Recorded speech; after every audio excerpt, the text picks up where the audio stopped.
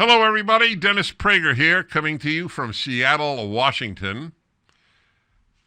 All right, spoke last night. It's a wonderful church here. I'll mention it later, and we're going to put up the video of the pastor interviewing me. It'll fascinate you, I think.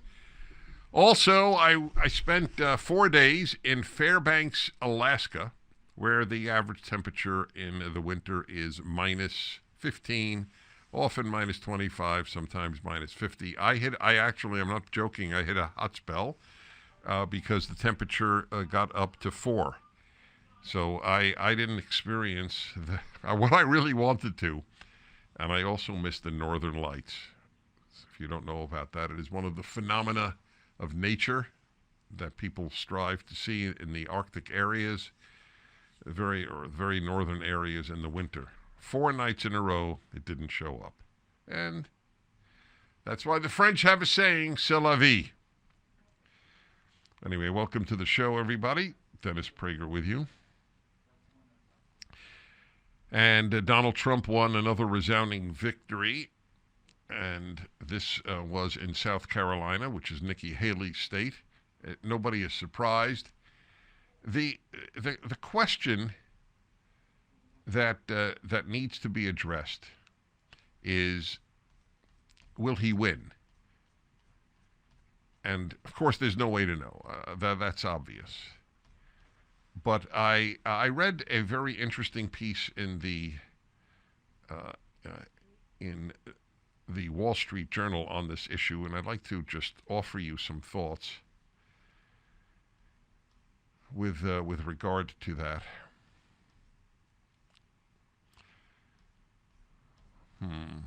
Okay, let's see here. Sorry, folks. When you're on the road, there's a lot more to do. It's a very important series of questions with regard to the victory. Then I have the terrible murder of this precious young woman in Virginia by an illegal immigrant. But I'm first here. In South Carolina, this is Wall Street Journal. 16% of Republicans in the GOP primary said they would be so disappointed if Trump were the nominee they wouldn't back him in November. A potentially dangerous signal that he could have trouble rallying his party behind him. That compared with about 20% of Republicans in New Hampshire's primary and 15% of Iowa who said they wouldn't back Trump in the general election. Another danger sign, Trump lost to Haley in 2 of South Carolina's 3 most populous counties, Charleston and Richland, as well as Beaufort County. Those are the only counties in the state in which residents with a college degree make up 40% or more of the adult population. Trump also lost among voters with postgraduate degrees, typically professional class workers, and he lost among voters with a yearly household income of $100,000 or more.